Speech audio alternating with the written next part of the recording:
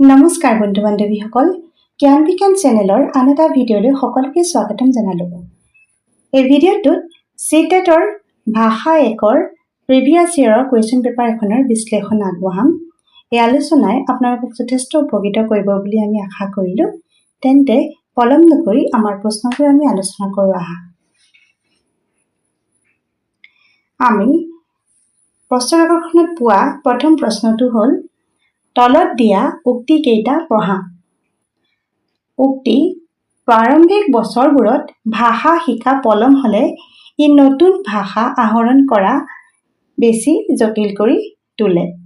আনহাতে যুক্তি অৰ্থাৎ ৰিজন হ'ল, শিশুৰ ভাষা আহৰণৰ ক্ষেত্ৰত প্ৰাৰম্ভিক বছৰকেইটা সংবেদনশীল সময়। আৰু ইয়াত 4টা অপশ্যন দিয়া হৈছে, তাৰ ভিতৰত আমি শুদ্ধ বিকল্পটো বা শুদ্ধ অপশ্যনটো বাছি উলিয়াব লাগিব। আমি যেতিয়া অপশ্যনকেইটা পঢ়িম তাৰ ভিতৰত আমাৰ সঠিক উত্তৰটো হ'ব এ আৰু আৰ দুইটাই হ'ল শুদ্ধ, আৰু আৰ হৈছে এৰ সঠিক ব্যাখ্যা। এতিয়া আমি উত্তৰটো কিয় এইটো হ'ল বিশ্লেষণ কৰিম। কিয়নো আমাৰ উক্তিত কৈছে যে প্ৰাৰম্ভিক বছৰবোৰত ভাষা শিকা পলম হ'লে ই নতুন ভাষা আহৰণ কৰা বেছি জটিল কৰি তোলে বা জটিল হৈ পৰে। কাৰণ কম বয়সত মগজু ভাষা শিকিবলৈ অধিক নমনীয় হৈ থাকে। বয়স বঢ়াৰ লগে লগে নতুন ভাষা শিকিব পাৰে, যদিও তুলনামূলকভাৱে অতি কঠিন হ'ব পাৰে। আনহাতে ৰিজন দেখাইছে যে শিশুৰ ভাষা আহৰণৰ ক্ষেত্ৰত প্ৰাৰম্ভিক বছৰকেইটা সংবেদনশীল সময়। এই প্ৰাৰম্ভিক সময় অৰ্থাৎ জন্মৰ পৰা 6 বা 7 বছৰ। শিশুৱে ভাষা আহৰণৰ ক্ষেত্ৰত কেইবাটাও পৰ্যায় অতিক্ৰম কৰে বুলি আমি পাইছোঁ। এই সময়ছোৱাত কুইং, বেবলিং বা কলকলোৱা, এটা শব্দৰ পৰ্যায়, দুটা শব্দৰ পৰ্যায় বা দীঘলীয়া উচ্চাৰণ বা দীঘলীয়া বাক্য 2-3টা শব্দৰে গঠন কৰে আদি ডাঙৰক অনুসৰণ কৰি তেওঁলোকে ভাষাটো আয়ত্ত কৰে। আৰু এই সময়ত ভাষা শিকাৰ সুযোগ হেৰুৱালে নতুন ভাষা শিকাটো অধিক জটিল হৈ পৰে। সেইকাৰণে ইয়াৰ আমি শুদ্ধ উত্তৰটো বা শুদ্ধ বিকল্পটো এইটোকেই দিব লাগিব। ইয়াৰ পিছৰ প্ৰশ্নটো হ'ল, বহুভাষিকতাৰ প্ৰসংগত বুনিয়াদী স্তৰৰ কাৰণে নেশ্যনেল কাৰিকুলাম ফ্ৰেমৱৰ্ক 2022ৰ এটা মূল আদৰ্শ হৈছে। ইয়াত 4টা অপশ্যন দিয়া হৈছে। ইয়াৰ ভিতৰত আমি বহুভাষিকতাৰ প্ৰসংগ বুলি যেতিয়া ক'লে ইয়াৰ আমি উত্তৰটো হ'ব যে বহুভাষিকতাৰ বোধ শক্তিগত আৰু সামাজিক সাংস্কৃতিক লাভালাভ থাকে।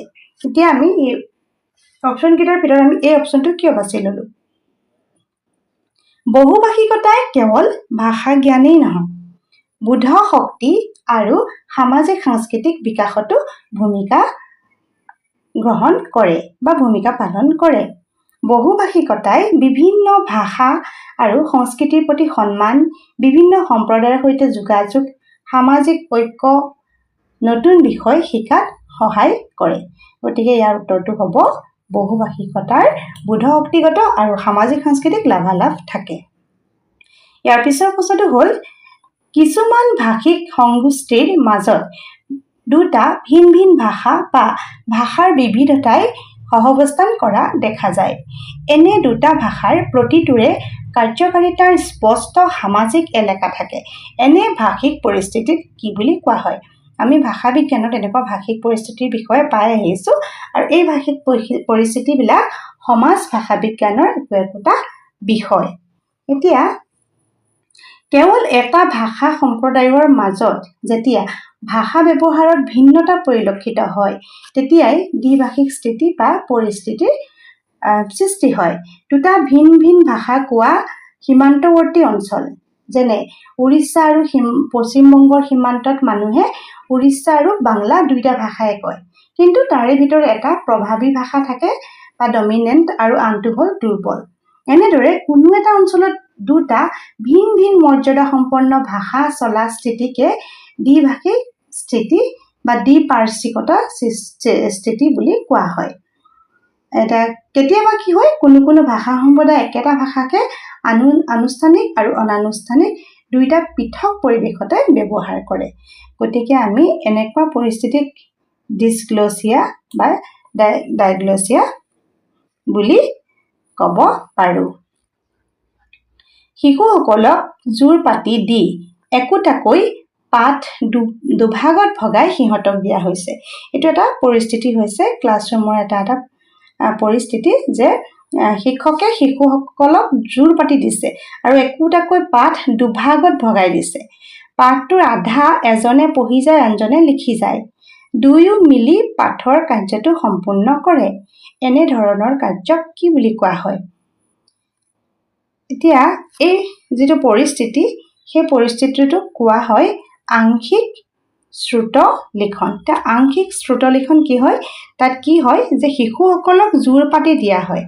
আৰু পাঠটোৰ পৰা ছুটি অনুচ্ছেদ বাছনি কৰি লোৱা হয় আৰু জোৰাৰ প্ৰতিজন শিক্ষাৰ্থীৰ বাবে বেলেগ বেলেগ অনুচ্ছেদ নিৰ্বাচন কৰে বা বেলেগ বেলেগ পেৰাগ্ৰাফ নিৰ্বাচন কৰে এতিয়া প্ৰথমে এজনে অনুচ্ছেদটো পঢ়ি যাব আনজনে অনুচ্ছেদটো লিখি যায় তাৰ পাছত অন্যজনে আকৌ অনুচ্ছেদটো পঢ়িব আৰু যিজনে পূৰ্বে পঢ়িছিলে তেওঁ লিখি যাব আৰু নিৰ্ধাৰিত সময়সীমাৰ ভিতৰত এই কৰ্ম শেষ কৰিব লাগিব শেষত বিদ্যাৰ্থীসকলে পুনৰ পাঠটোৰ লগত মিলাই চাব যে তেওঁলোকৰ লিখনিটো তেওঁলোকেই পৰীক্ষা কৰিব আৰু এইটো এটা ক্লাছৰুম সিচুৱেশ্যন হয় এইটোক আমি আংশিক শ্ৰুত লিখন বুলি ক'ব পাৰোঁ ইয়াৰ পিছৰ প্ৰশ্নটো হ'ল ভাষাৰ শ্ৰেণীকোঠা এটাত সাহিত্যৰ পাঠ এটা পঢ়াৰ ক্ষেত্ৰত তলত দিয়া কোনটো শুদ্ধ নহয় ইয়াত আমি চাৰিটা অপচন পাইছো ইয়াত আমি আসলতে অপচনবিলাক ভালদৰে পঢ়ি চাব লাগিব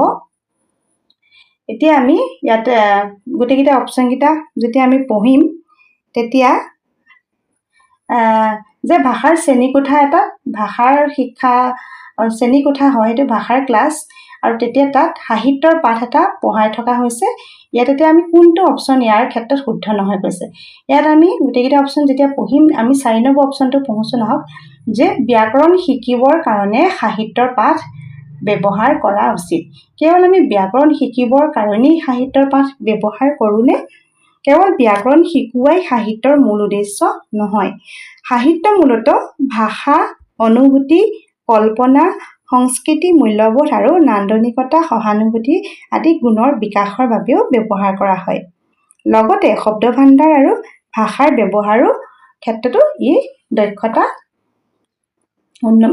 বা তেওঁলোকৰ দক্ষতা বৃদ্ধি কৰে গতিকে আমি ভাষাৰ শ্ৰেণীকোঠা এটাত সাহিত্যৰ পাঠ এটা পঢ়াৰ ক্ষেত্ৰত ব্যাকৰণ শিকাবৰ কাৰণে সাহিত্যৰ পাঠ এটা ব্যৱহাৰ কৰা উচিত এইটো হ'ল অশুদ্ধ বাকি কেইটা শুদ্ধ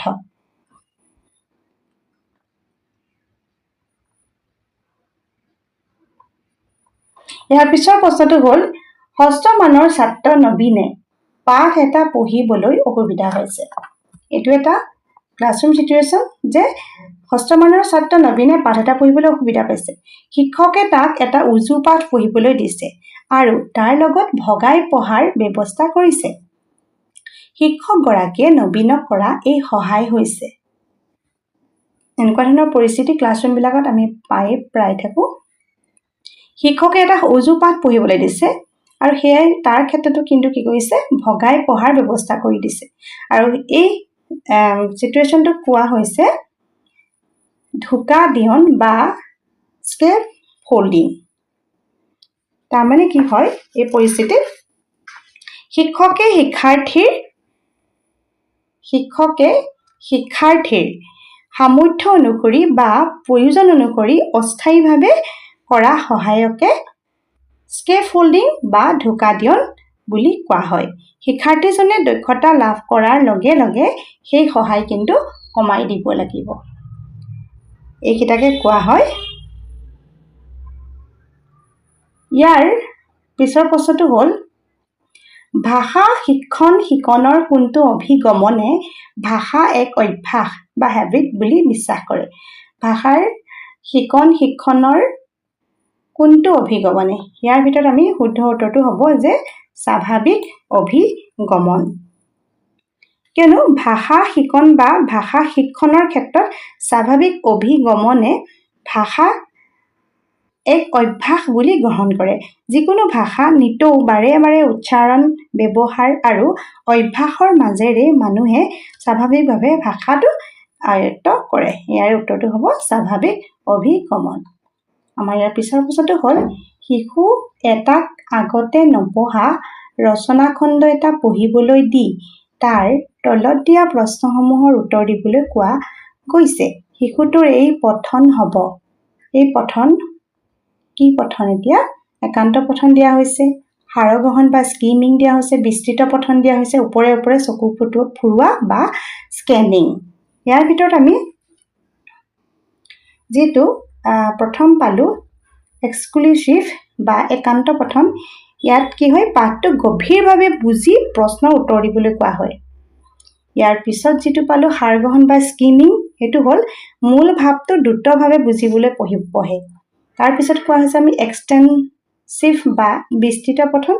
ইয়াত কি কৰা হয় আনন্দৰ বাবে বা সাধাৰণ জ্ঞানৰ বাবে পাঠ পঢ়াৰ অভ্যাস কৰা হয়। তাৰপিছত হ'ল ওপৰে ওপৰে চকু ফুৰোৱা বা স্কেনিং। এয়া হ'ল নিৰ্দিষ্ট তথ্য বিচাৰিবলৈ মাত্ৰ আমি চকুহে ফুৰাওঁ। ইয়াৰ তেতিয়া শুদ্ধ উত্তৰটো হ'ব যে শিশু এটাক আগতে নপঢ়া ৰচনাখণ্ড এটা পঢ়িবলৈ দি তাৰ তলত দিয়া প্ৰশ্নসমূহ উত্তৰ দিবলৈ কোৱা গৈছে। এয়া পঠন হ'ব একান্ত পঠন। কিয়নো ইয়াত পাঠটো গভীৰভাৱে বুজি প্ৰশ্নৰ উত্তৰ দিবলৈ কোৱা হৈছে। তাৰ পিছৰ প্ৰশ্নটো হ'ল শিক্ষকে ছাত্ৰ ছাত্ৰীক 5খন ছবি দেখুৱাই সেই ছবিকেইখনৰ আধাৰত সাধু এটা লিখিবলৈ দিছে। শিক্ষকগৰাকীৰ এই কাৰ্যটো হৈছে শিক্ষকে ছাত্ৰ ছাত্ৰীসকলক 5খন ছবি দেখুৱাইছে আৰু এই ছবিখনৰ আধাৰত সাধু এটা লিখিবলৈ দিছে।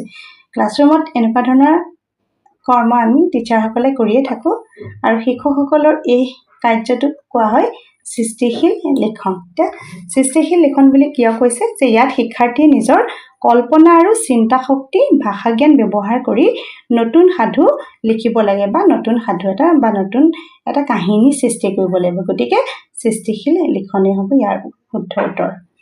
প্ৰশ্নটো হ'ল ভাষাৰ পাৰদৰ্শিতা প্ৰদৰ্শন ভিত্তিক মূল্যায়নৰ এটা বৈশিষ্ট্য হৈছে।